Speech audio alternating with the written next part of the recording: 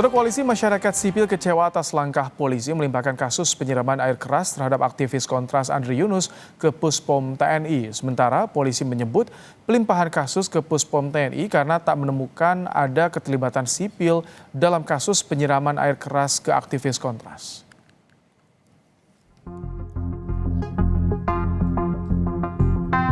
Polda Metro Jaya melimpahkan kasus penyiraman air keras aktivis Kontras Andri Yunus ke Puspom TNI.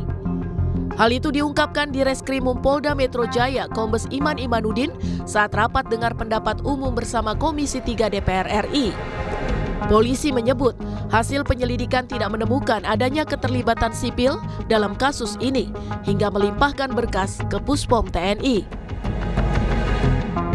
Setiap penegakan hukum yang kami lakukan tentunya selalu berbasis pada fakta hukum yang diperoleh dari proses penyidikan. Tadi kami sudah sampaikan bahwa proses penyerahan kepada Puspom sudah kami lakukan dan sampai dengan proses penyerahan kami belum menemukan adanya keterlibatan dari sipil sampai dengan proses penyerahan. Koalisi Masyarakat Sipil mengaku kecewa atas pelimpahan kasus penyiraman air keras terhadap aktivis Kontras Andri Yunus dari kepolisian ke Pusat Polisi Militer TNI. Yayasan Lembaga Bantuan Hukum Indonesia YLBHI menilai pelimpahan itu sebagai langkah yang cacat hukum. Kok jadi seperti ini? Ini sangat mengecewakan ketika ada pelimpahan perkara ke Puspom.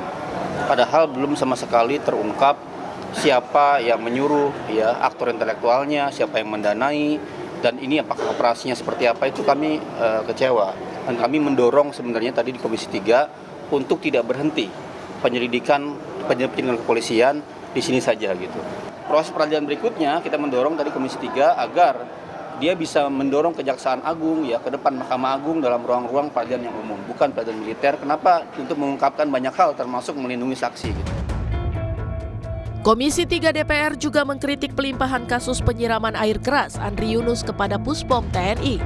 DPR mengingatkan penyelidikan sepihak kasus penyiraman air keras Andri Yunus oleh TNI bisa menjadi presiden buruk jika prosesnya tidak transparan.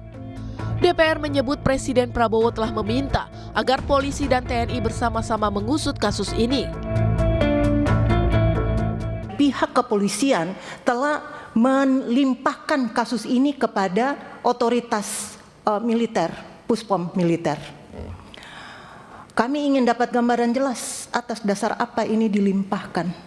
Padahal Pak Presiden telah menyatakan dengan sangat tegas dan memberikan penugasan tidak saja kepada TNI tapi juga kepada Polri. Penegakan hukum menjadi lemah, terjadi perlambatan penanganan kasus dan bahkan mungkin pada waktunya ketika penegakan hukum dilakukan dengan pendekatan yang amat sangat rendah.